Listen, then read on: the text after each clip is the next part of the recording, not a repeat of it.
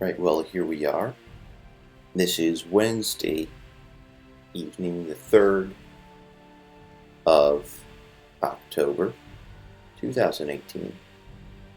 I'm Matt Line, and here we are having a bit of morning coffee because for me, it is the 4th of October in the morning.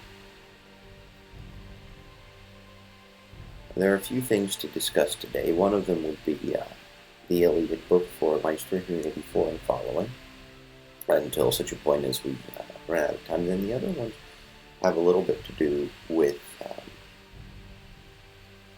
some of the things, or rather some topics that I've been getting into some pretty interesting discussions about with numerous people over the course of the past couple of weeks. And though I'm still very much confused as to why certain things are taking place, I thought it might be worth bringing it up here on stream and then sharing the thoughts for all of the rest of you guys to chime in and conclude what you're going to conclude, think what you're going to think, and hopefully we'll all be more well-informed people after the stream. But before anything else,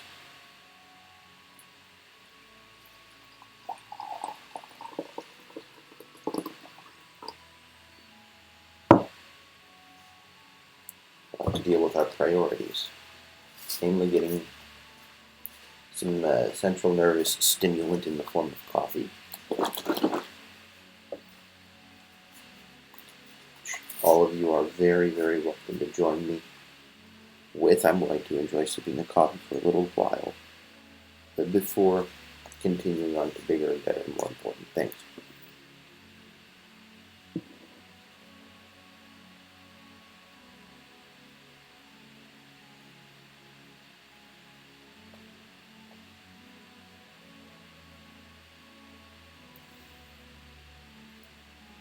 Something I was wondering, was there a song that went something along the lines of 30 days has September, April, June, and November. All of the rest of them have 31 except February, who has 28 except on leap year. For some reason I can't get that. For some stupid reason I can't get the... And there's no tune, but it's just, I recall having heard that somewhere. And as I was waking up this morning, I just had it going through my head. I've not been able to get it out for the past, I don't know, since about 4 o'clock. So that's... I'm pretty miserable in that regard, but hopefully we'll be able to get something else figured out in the meantime. Anyhow,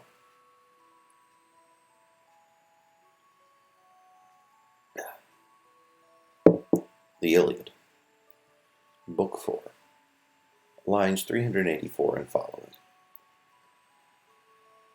So he, whom Agamemnon joyful heard, and passing thence the son of Peteus found, Menestheus, foremost in equestrian fame, among the brave Athenians near to him, Ulysses held his station, and at hand the Cephallenians stood, hardy and bold.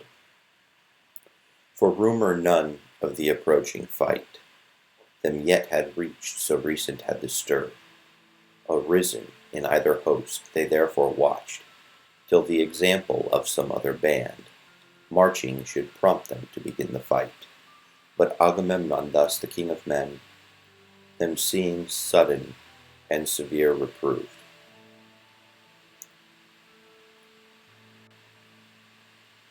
And it's interesting how when you're setting certain things up in the Iliad, never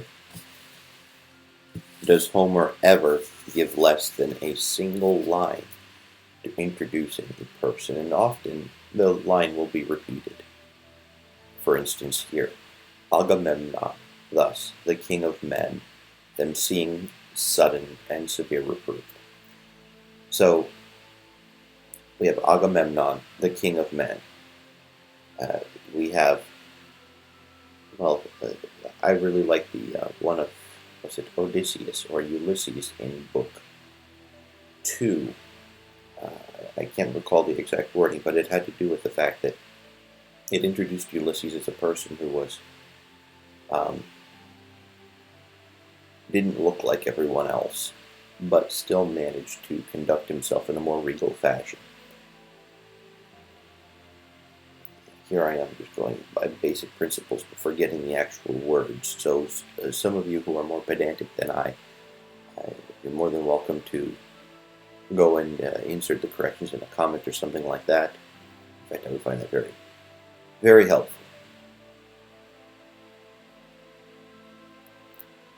But Agamemnon, thus the king of men, them seeing sudden and severe, reproved, Menesthius, son of Peteus, prince renowned, and thou, deviser of all evil wiles, adept in artifice, why stand ye here, appalled? Why wait ye on this distant spot, till others move? I might expect from you more readiness to meet the burning war. Whom foremost I invite of all to share the banquet when the princes feast with me. There ye are prompt, you find it pleasant there to eat your savory food and quaff your wine. Delicious till satiety ensue.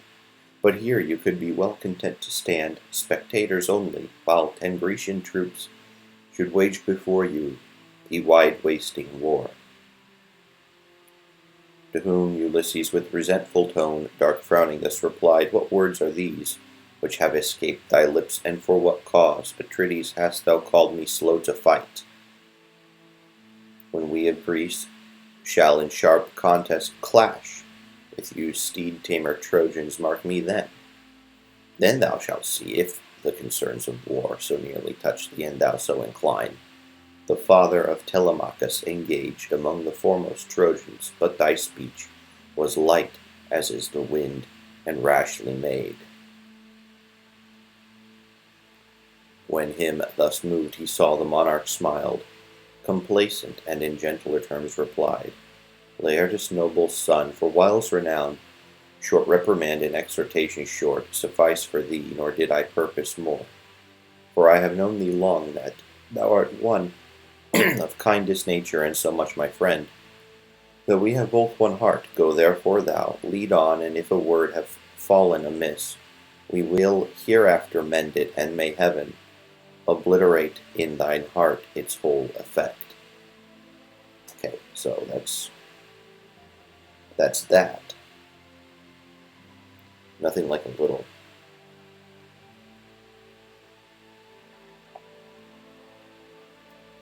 infighting and apologizing.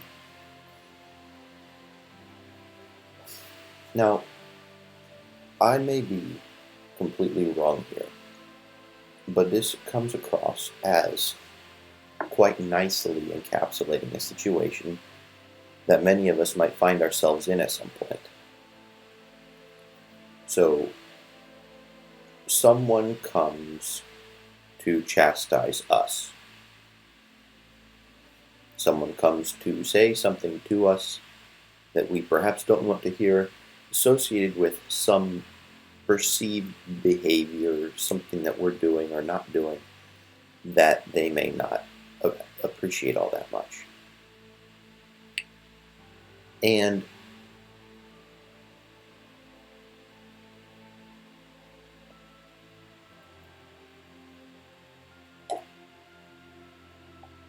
then when they go and they make some pretty scathing comment, such as, for example, this, you are a deviser of all evil wiles. You are adept in artifice. Why are you here? Why are you waiting for other people to move? I expect more from you. I expect more readiness to meet a war. All you do is, or rather, it's insinuating, whenever I throw a banquet, you're not hesitant to attend. You're prompt. You find it pleasant there to eat your savory food and quaff your wine. Delicious till satiety ensue. But here you can be well content to stand spectators only, while 10 Grecian troops should wage before you the wide-wasting war. So you'll be standing there watching 10 people fight, and you're hesitant to go to war. So basically, flat out calling somebody a coward and assuming that that is somehow going to. I mean, if somebody just went straight up and called you a coward, said, "Okay, you're a coward, go and fight," whereas your intentions may have been the entire time to fight, except maybe your mind might have been elsewhere, you might have been making plans, you might have been doing whatever it is you had been doing, but you weren't at all going to shirk your duties, you weren't at all going to do anything, and then somebody just comes out of left field and wham, makes some nasty accusations. Then after you reply, and you can give some sort of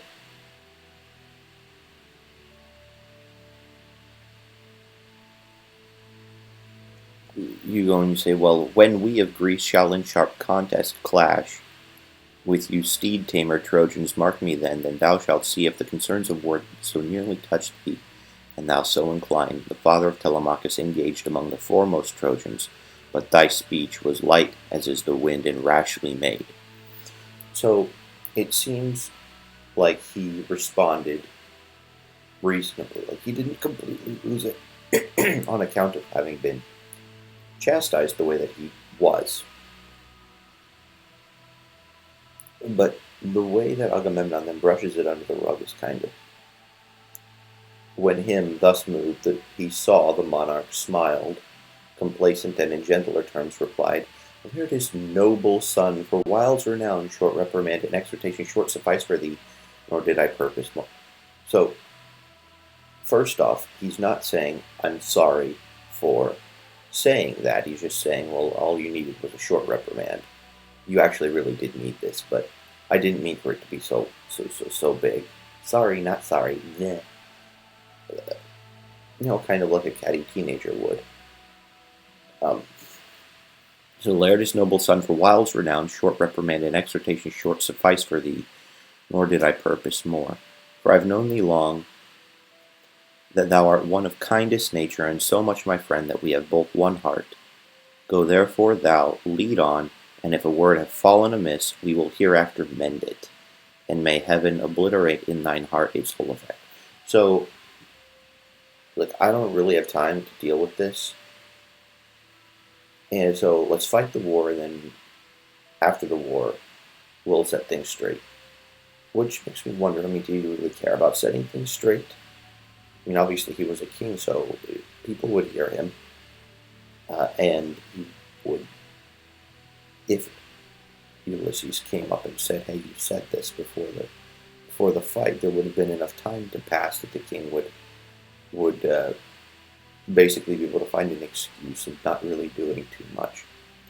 You see, that's a hallmark of some leader types, to incite people in short bursts to action through anger.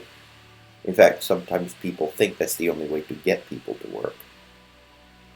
Sometimes people think, well, all I have to do is make him angry, and then he'll be trying to prove himself, and so on. And so they go and generate a very hostile environment, even amongst friends, even amongst allies, and then just kind of expect there to be no consequences.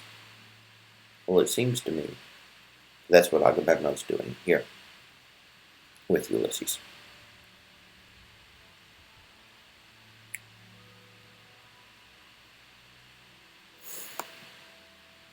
So we will hereafter mend it, and may heaven obliterate in thine heart its whole effect. So apparently he thinks this is something that can be mended, and perhaps it can, but it's just,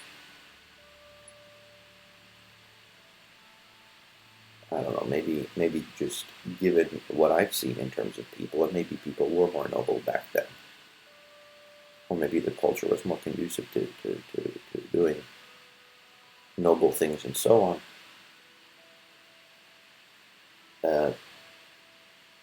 I've just come to kind of expect that sort of a thing is hollow words. Like if somebody says something negative towards you, then that's usually coming from a place very close to their heart, from a place that actually indicates what they think of you. And if somebody then tries to mitigate that with something positive, then that's just them trying to brush their own crap under the rug and circumvent the consequences of their ill-chosen words. Now, I might have completely misread the situation, and I might not be giving people the benefit of the doubt, let alone a character in an epic poem. But those sorts of things do tend to irk me, and so I'm going to bring it up. So, continuing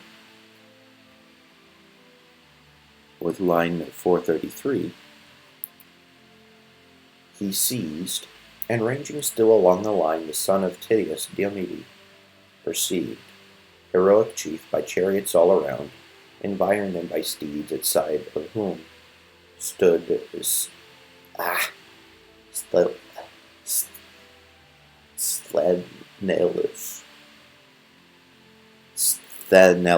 Sthenelus, I can speak, stood Sthenelus, the son of Capaneus. Him also Agamemnon, king of men, in accents of asperity reproved. Ah, son of Tydeus, chief of dauntless heart, and of equestrian fame, why standest thou, appalled and peering through the walks of war? So did not Tydeus in the foremost fight, his favourite station was, as they affirmed, who witnessed his exploits I never saw or met him, but by popular report. He was the bravest warrior of his day, yet came he once, but not in hostile sort, to fair Messene, by the godlike prince attended at Polynices, at what time the host was called together, and the siege was purposed of the sacred city Thebes.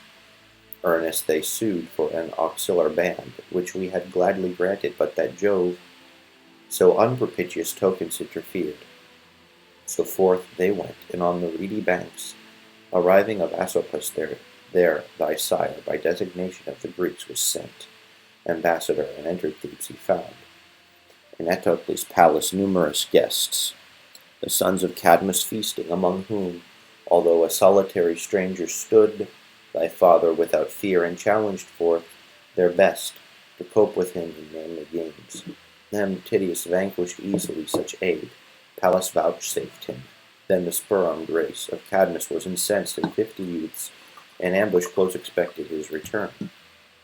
Then Lycophontes, obstinate in fight, son of Autophonus, and Maon, son of Haemon, chief of godlike stature, led.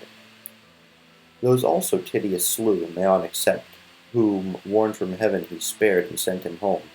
With tidings of the rest, he slew them all. Such was Aetolian Tydeus, who begat a son in speech is better, not in arms. He ended, and his sovereign's awful voice to Tydides' reverencing not replied, but thus the son of glorious Capaneus, Atrides, conscious of the truth, speak truth. We with our sires compared superior praise, claim justly, we confiding in the aid of Jove and in propitious signs from heaven, led to the city, consecrate to Mars, our little host, inferior far to theirs, and took 7 gated Thebes, under whose walls our fathers by their own imprudence fell. Their glory then matched never more with ours. He spake from with a frowning brow the brave. Tydides answered, Sthenelus, my friend, I give thee counsel, mark it, hold thy peace. If Agamemnon, who hath charge of all, excite his well-appointed host to war, he hath no blame from me, for should the Greeks, her people vanquished, win imperial Troy, the glory shall be his, or if his host, o'erpowered in battle, perish, his the shame. Come therefore, be it ours to rouse at once to action all the fury of our might. He said, and from his chariot to the plain leaped ardent, rang the armor of on the breast of the advancing chief. The boldest heart had felt emotion startled at the sound.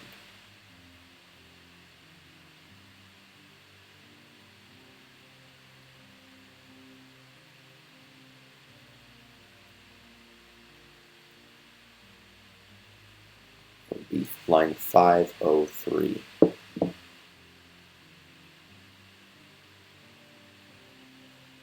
So there we go. Boom. And then the battle begins. But we won't read any of that until next time.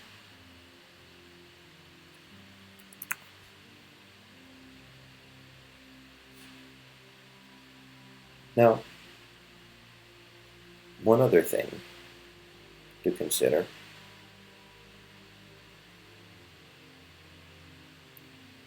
one other thing to bring up is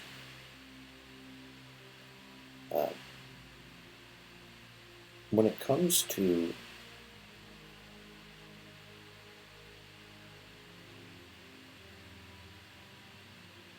the Iliad, you can really see the humanity of all the different participants. Because ultimately, let's say you're a king and you're leading people into battle. If the people that you're leading into battle fail, you're dead. You lose. So basically, there goes, well, let's say if you're defending a city, for example, there goes your city. There goes your family. There goes your honor. There goes, quite likely, your life. And things of that nature. And if you're attacking, then of course you can just, you can be killed. You can be dishonored. You can lose. Like you've had this huge investment, and so you don't want people to screw up. And so when you don't want people to screw up, there are different ways of dealing with the situation, and one of them is to, just say something, whatever it is that you think will either incense somebody to the point of getting them to move, or you attempt to be motivating. You attempt to be motivating.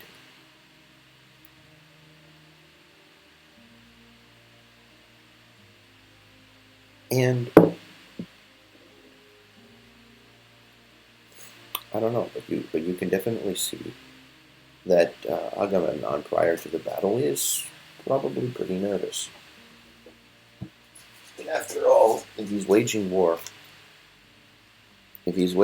on behalf of Menelaus, and the whole Helen of Troy thing, he better win. It's a very interesting reason to have a whole collection of independent armies coming together to go to war, and besieging a city, taking down all the rest of it. It's I would say builds up to being a pretty disproportionate response to a small slight, but I suppose that's what happens when you wind up having people in high places that are wronging each other, slighting each other, and so on, is that you wind up dealing with the lives of thousands.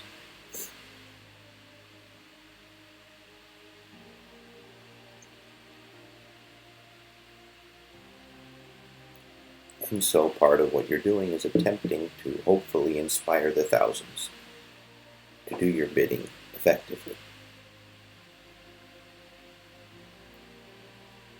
So that's all with regard to that. When it comes to inspiring people, though, it's been determined that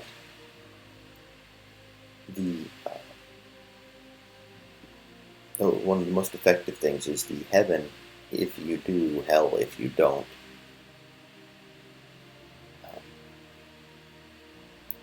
Comparison.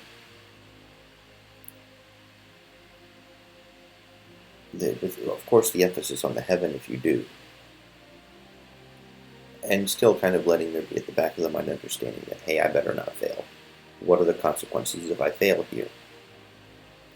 What does failure look like? And in many situations, failure is okay, in the modern world especially, but if you're in war, failure means death. So a lot of the importance goes into the preparatory stages.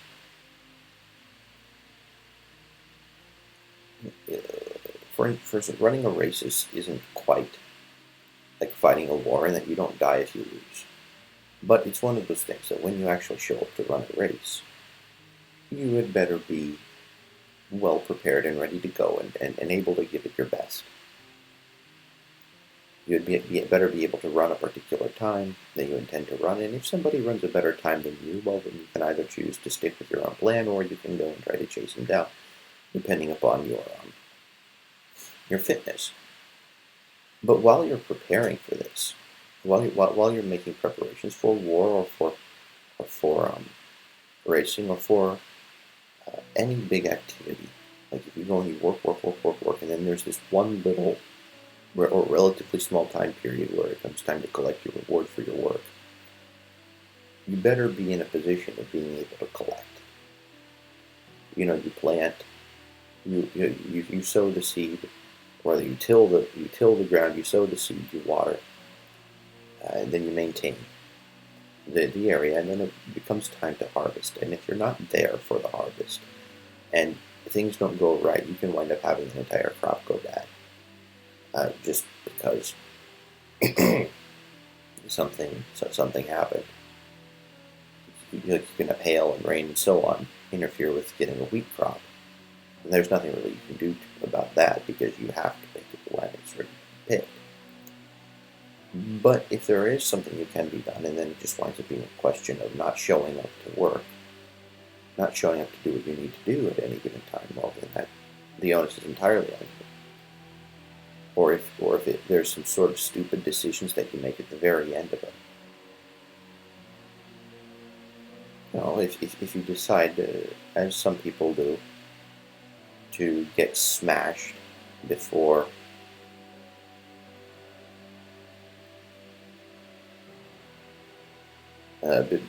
giving a pitch or something, if you just go and deliberately shoot yourself in the foot, then, well, that's a bit different. And preferably you wouldn't go and do those things. Indeed, I was very much considering working for a startup for a while, until we were just practicing pitches and so on for whatever it was that we were doing, and the person showed up smashed, completely smashed. And it was expected that we were to, go through the pitch that we did to investors, go through all the slides, go through how to present everything. And this person just didn't want it. And when you see that somebody actually doesn't want something, when you go and see that somebody actually isn't willing to make the sacrifices that it takes in order to push an idea through to fruition, when you go and you see that there isn't any discipline, when you go and you see that there isn't any actual desire, well, that's reason for concern. That's cause for pause.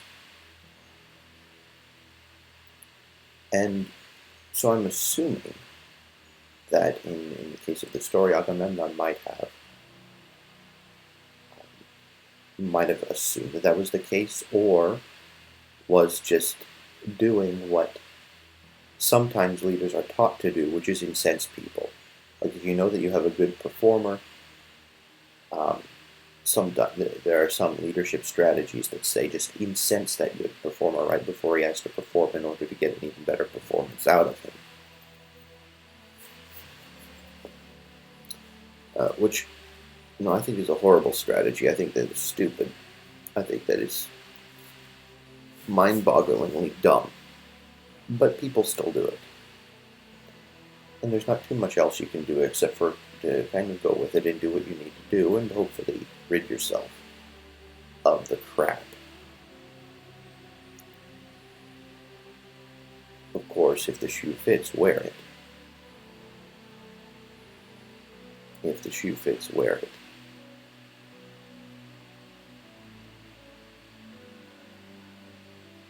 Well, we were speaking of racing and of running and of preparation and so on, and the reason I brought up that particular metaphor is because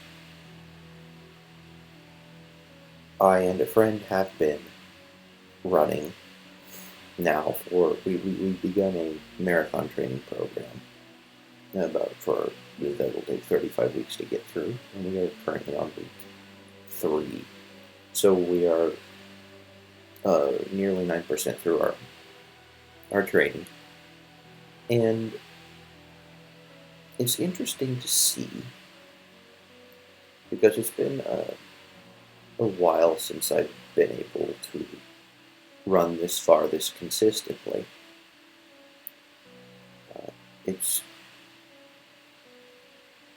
It's interesting to see what it is that it feels like again to be running. So at one point I was working out for 4 hours a day, 6 days a week, and now it's just going out running 3 days a week to begin with, and running 4 or 8 miles at a time, and it's really putting your body through the ringer. If you're out of shape like I am, if you're not capable of knocking out multiple consecutive 6-minute miles in a row without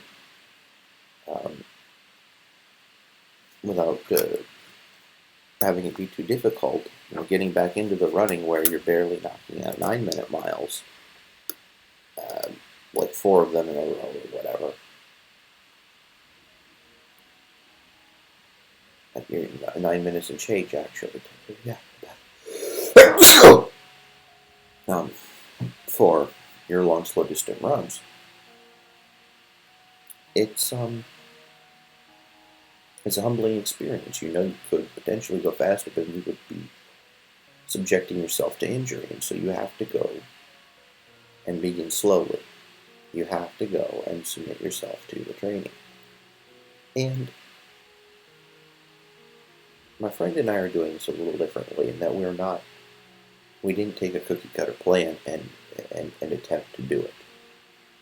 We are constructing our workouts a few weeks at a time, and we're willing to modify a workout on the fly in order to accommodate the needs of our bodies.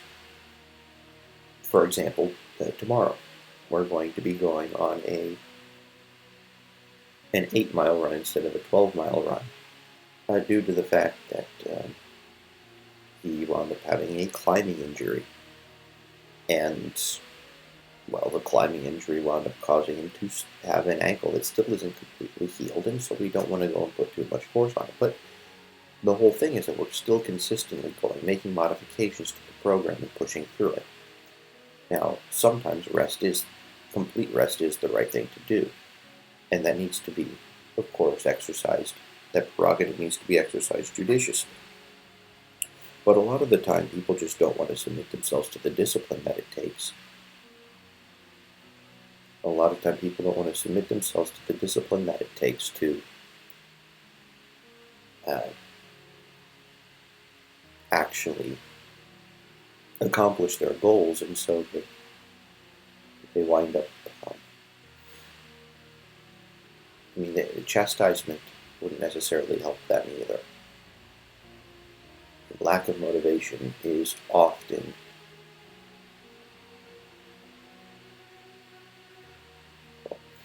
that depends. That actually depends a lot, because there are some people that can be chastised, some people that aren't pansies, some people that aren't too weak to be chastised, and then there are some people that require a more gentle approach. Of course, I would tend to believe that the people that require a gentle approach grew up with modernity being the backdrop of their lives, and kind of insisted on being coddled.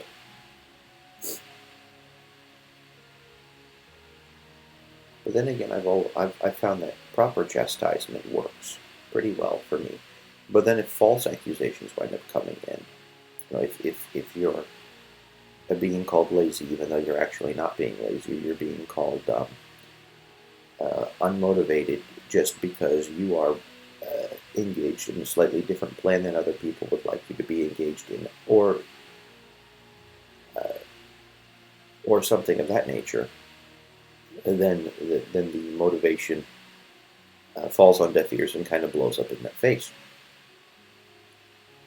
So one of the most important things to do, and it has to do especially in the preparation time, maybe even more so than in the time that it takes to get there, because if you're not well prepared, you're never going to be able to win a battle, win a race, or score well on an exam, get a project done, or whatever it may be. If you're ill prepared, don't expect to be able to do anything when it comes time to perform. So a proper preparation, constant good preparation, is quite necessary. But then when it does come time to perform as well, after you're done doing your preparation, you can't just show up and expect that the prize is yours. You still have to go through all the work to deal with things appropriately.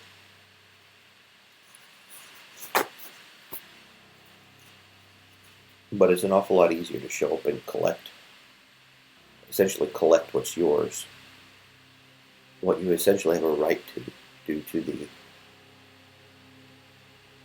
appropriate. So you have your hard work, which doesn't mean like necessarily. It doesn't mean like bad work. It doesn't mean that you somehow let it completely suck the life out of you. But that the effort that you put in, and hopefully, and it will be properly directed hard work. So you work hard, you work long, and you work smart, and you go and you pursue whatever the goal is. So that after putting in all that work,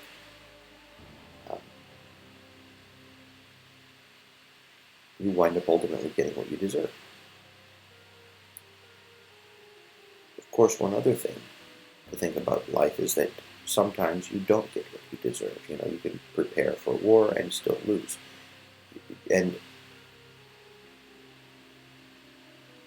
Or you can prepare for a race and still lose. You can prepare for an exam and still perform poorly. And sometimes the onus is on you, and other times I don't know if it's quite so fair to say that, because, well, there could be some factors that you weren't aware of, that you weren't even aware that you weren't aware of, so you wouldn't be able to do anything about them. So those you can take as learning opportunities. But hopefully before war you don't have those, or hopefully during war you don't have those kinds of learning opportunities, because those can be fatal.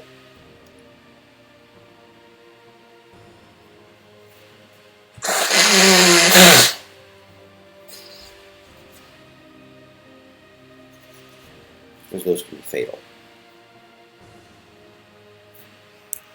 So anyhow, the whole point of this whole little spiel that I've been giving is that both proper preparation, proper learning, proper personal development, and proper attitude, both, but all of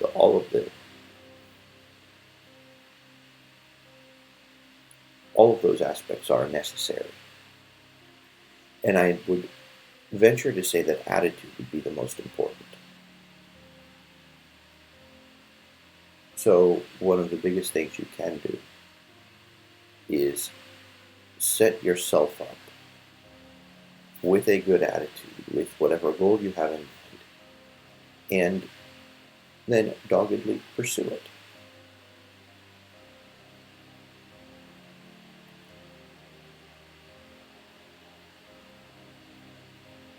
I didn't really have too much more.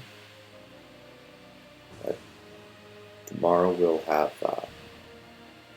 another short stream. The topic will be the battle beginning in the battle beginning in the Trojan War. Lines of, I believe it's 504 and following.